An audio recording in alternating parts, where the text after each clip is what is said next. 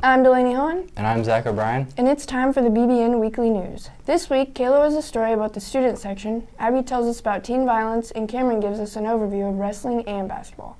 Each home game, our student section cheers on the boys' basketball team. Kayla Heineman investigates the student section during the girls' events. An active student section at basketball games can change the entire environment of the game. Students showing up to support other students creates a sense of community that is unmatched by many other school events. So far this year, there have been 4 home games, and each one has seen a student section packed full of Beavers. However, the turnouts for the girls' game have been scarce in comparison to that of the boys' team. I got the chance to speak with a few of the Lady Beavers to find out their thoughts on the attendance at their games. Having an active student section makes us play a lot better. We have more adrenaline.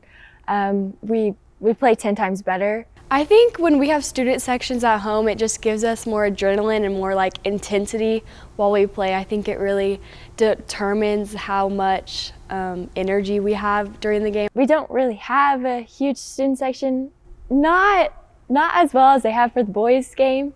Always the same ones that come and support us, definitely. I think during the second half, there's always quite a bit of people, so that's fun during the end of the game. They come in towards the end a lot, but there are some people that come and support, and I do appreciate that. Frustrations with the lack of attendance for Lady Beaver basketball games is not just unique to the players, though.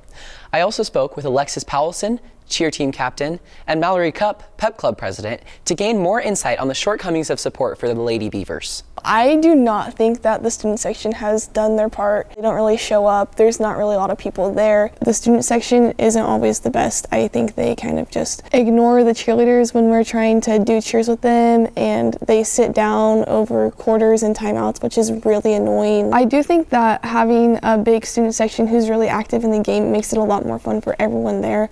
Like, I'm having more fun cheering if the student section's having fun too. It makes a big difference if there's a big student section. Even if it's a close game or not, like, the student section can still have fun. We were playing Cimarron, and during the girls' game, there was like a few people in the student section, but like not a lot, and they were just kind of like sitting there like chatting with their friends, not really paying attention to the game. And then during the boys' game, for the first half of the boys' game, there was a large number of students there. But yeah, there's definitely always more people who show up to a boys' game than the girls' game, even if they left earlier. You notice that there's a lot of people there for like the fourth quarter of the girls' game and not the whole game, but I think there should be people there for all of it, especially like high school kids. I mean, 9 o'clock is not that late. As someone who goes to the girls' games, like, it's honestly ridiculous. But in comparison to last year, it was worse last year. Like, I was sitting with the girls' managers because there's like, I didn't want to sit by myself and there's no one there. So in comparison to last year, it is better, but it's like, why do you guys not want to come? Because at the Holcomb game, it was such a close game, and it was so fun to watch, and it was intense, and it's giving everything the boys' game is giving. And yet, no one wants to come and watch, which I think is a little silly. It is at 6 o'clock, so like, if you're in a practice, you do have time to go home and shower and still make it like a little before halftime, if not earlier. Like I said, the Holcomb game was a blast, and I was up and cheering and just as much as I would be in the boys' game. So your peers, at the end of the day, like, why are you not supporting them if you have the opportunity to? Looking ahead at the few remaining basketball games, players and supporters alike have some expectations of what they would like to see from the student section moving forward. What I would want to see more is more people just coming to our game and not just always going to the guys' game, and just having that same support that the boys get. Definitely just like be more involved. Especially like with us cheerleaders. If we're doing a cheer, like, do it with us. And then when we do like VRS3 after someone gets a 3, like, say it with us. I think the student section has been really good with the themes and stuff. I love it when like we have like cowboys or like something like that. I think that's always fun, and I think just being really loud and energetic and very positive towards girls and boys, I think that's really good. More people at the girls' games, better attendance, themes. This year, like, Mr. Byer is making sure to send it out. Like, you literally just have to check your email. So themes for one thing. I think if we were all doing it as a whole, just how much more like powerful our presence would be. Although there is not a home game scheduled this week, be on the lookout for future dates where you can come support both the girls and the boys team. For BBN, I'm Kayla Heineman.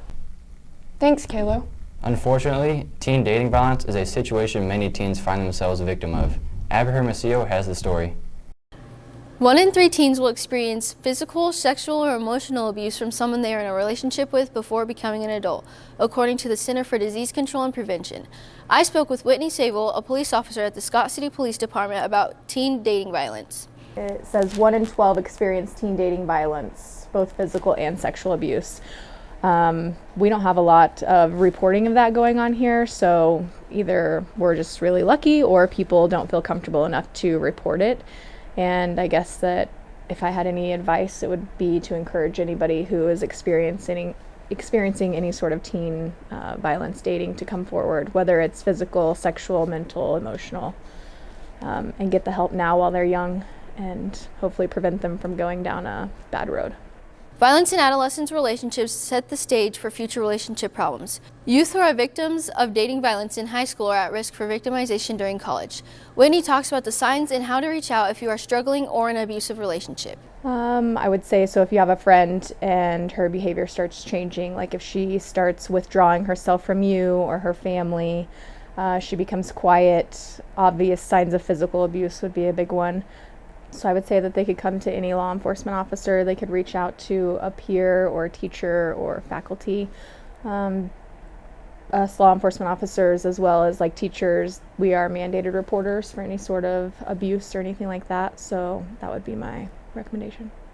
For BBN, I am Abby Hermosillo. Thanks, Abby. The basketball and wrestling teams are seeing success so far this season. Cameron Plant has the details. The Beaver Athletics have won a majority of events this week, with boys basketball beating Cimarron 55-28 and coming close to Hayes with a score of 30-49. The girls have also won against Cimarron with a score of 59-42, but losing to Hayes with a score of 39-62. Wrestling has also been on a roll, with the girls placing in the 3rd annual Rocky Wilton Girls Tournament. They are in 7th place out of 24 teams. The boys placing 13th out of 40 teams in the 66th Rocky Wilton Invitational. Beaver basketball plays tonight at Ulysses, and the wrestling teams are starting their postseason events with the GUAC tournament in Colby. Make sure to go and support all of our teams. For BBN, I'm Cameron LaPlante. Thanks, Cameron, and good luck to all the Beaver Athletics this week. Have a good week, SCHS. For BBN News, I'm Delaney. And I'm Zach O'Brien. Stay tuned for the next episode.